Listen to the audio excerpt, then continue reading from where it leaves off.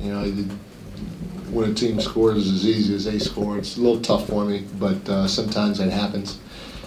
And our guys found a way to score more than them tonight, and that's why we won. You know, Drew with a double-double, Meta with 15, Kobe with 38. I mean, you can go down the line. 54% from the floor, 115 points. I mean, the offense was clicking. You know, defensively, obviously, we slacked a little bit, but, you know, sometimes that's how it goes. So I'm going to take the win. Did you talk about Kobe with that 38 points tonight? Right outside? Yeah, no, he's been efficient. I mean, he's played good basketball for us, and you know he's like I said, the thing that you like, he's been efficient with the scoring, and you know something that he's done most of the year, and so I'm excited about the way he's playing. Sacramento cutting the lead in the fourth quarter. What would you count for them making that run? I don't know. Part of me thinks we might have relaxed a little bit. You know, I mean, I thought usually our bench does a very good job of bringing energy and juice, and you know, our starters had stretched it to 18, I think, or 20, and we put our reserves in, and for some reason they couldn't get it going, and you know how the league is. If another team makes a couple in a row, then they start to feel it, and you may start to tighten up a little bit. I don't know, and they went on that run, and so we put our guys back in the game, and by then their unit out on the floor was confident, and Fish came in and hit some big shots for us to stem the tide a little bit, and we got enough stops to get the win. Like 54% from the field, you mentioned before the game that the field goal percentage has kind of been rising steadily just as you get more practice time and guys get bit. What would be the biggest factor on the court? Is it spacing? Is it just knowledge of what you're doing? It's like the three things that we've been talking about the whole year. The three staples were, first one, we want to attack the clock, which is let's try to get the ball up the floor, especially on misses, as quickly as possible so we can get into our offense within the first 4 to 5 seconds, you know, so that we can get to a second and third option, or when Kobe or Powell or Andrew gets doubled, we can kick the ball out and swing it and then drive it and then kick it again and then drive it again.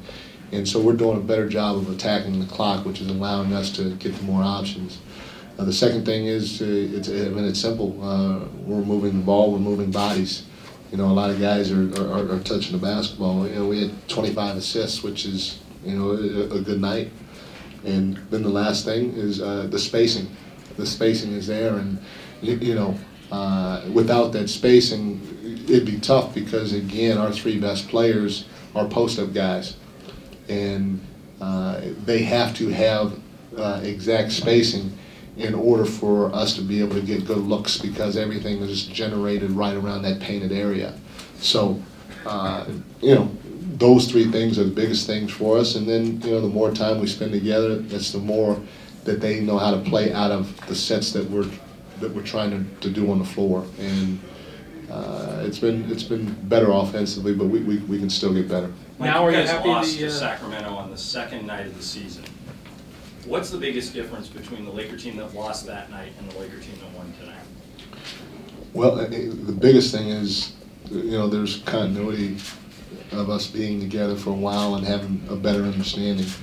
You know, I'll be the first to tell you that I was all across the board that night.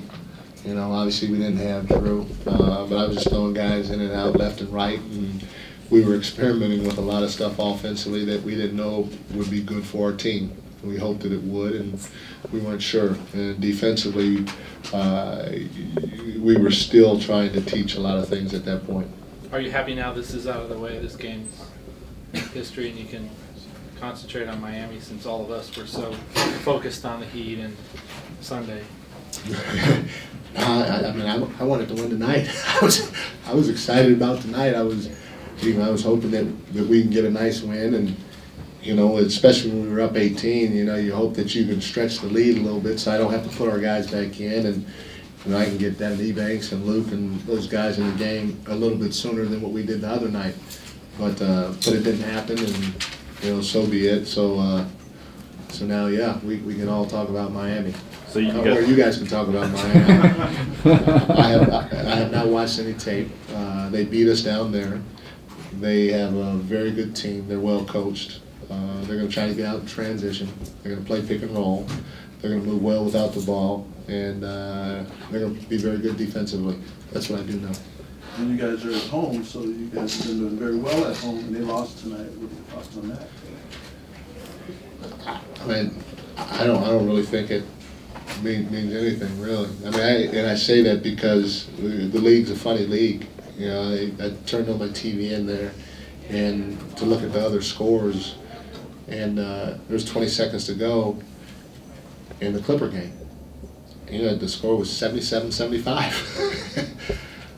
You think those two teams with 20 seconds to go have a combined, 147 or 150 points? Whatever that is, no way. But I guess that's just the nature of the league. So it doesn't matter who won the night before or where you're playing. If you don't play the right way, you get your behind kicked on any given night. So hopefully we'll have a good shoot around tomorrow, and we'll come in on Sunday and play the right way. you guys won 5 out of 7 headed into the All-Star break, and the last 2 coming out of the break. Do you feel confident about how you guys are playing to be able to take care of a team like Miami on Sunday? Whether it's Miami or anybody else, for me, just in general, my confidence level has gone up with this team. But it hasn't been because we won 5 out of 7.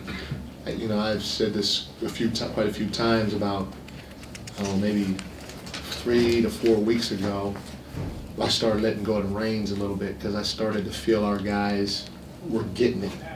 And I started to sit back and allow them to do more things out on the floor because I felt they understood what we needed or what we were trying to accomplish, especially offensively. So I gave them more ownership, whether it's in practice, when we're scripting, or in the game. And every game it's gotten to a point where I've given them more, and now, with this team, my confidence level is pretty high on both ends of the floor. And I still feel like we have room to grow, which is, to me, is the most exciting part. These past few games with Meta, in terms of finding some good looks and making them and making some good passes, who do you attribute that to? But Meta's kind of like how we were at the beginning of the season. I mean, he'll be the first to tell you he wasn't in the best shape when he came to camp, and maybe some of our guys weren't, just like some other guys weren't. You look at Fish, and the whole summer, what did he do? I mean, he was on an airplane flying to here. He was in a meeting doing this, and and he's playing great basketball right now. And so I'm assuming that the guys are getting more comfortable. They have a feel for what I want from them, what their role is going to be, whether it's offensively or defensively or minute-wise, and they're probably starting to round out in shape a little bit too, game shape, where they know where their shots are coming from, and they've worked on them enough where they're able to make them or be effective on the offense end of the floor. Hey Mike, Andrew had that treatment, we know the routine treatment on his knee on Friday, and he said that after the last game that he's feeling great, and it seems like he's got that quick jump in the last couple games. Have you noticed him just physically and getting up and down and contesting shots the last couple games? Well, I keep telling Andrew, he keeps killing himself with me. And he looked at me like that was crazy, and I said, I'm sitting here watching you, sitting in the stance, defensive sliding, jabbing at the ball, guarding Jimmer Fredette 94 feet. Well, if you are on the weak side of the floor and somebody drives the ball, you better move just as quick from one block to the next and block that shot. He's, for a guy his size, he's got unbelievable agility. His feet are terrific, and he knows how to move. So I don't know if it was the shot or not, but he's been doing stuff like that every once in a while that kind of makes you sit back and go, wow, this guy, there's a lot to this guy. And not just his skill, but to his athleticism.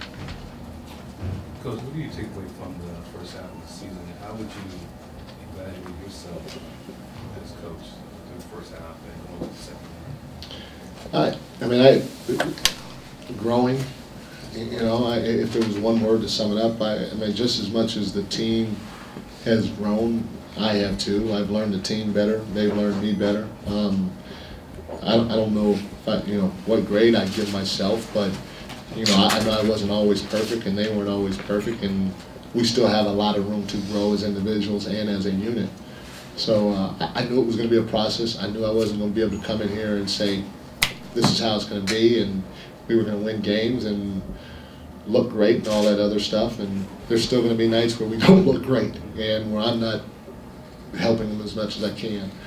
But overall, I like our process. You I know, think you're in a good place right now, team. we're in a good place with room to grow, and that's from myself, from all of our guys, from the rest of our coaches,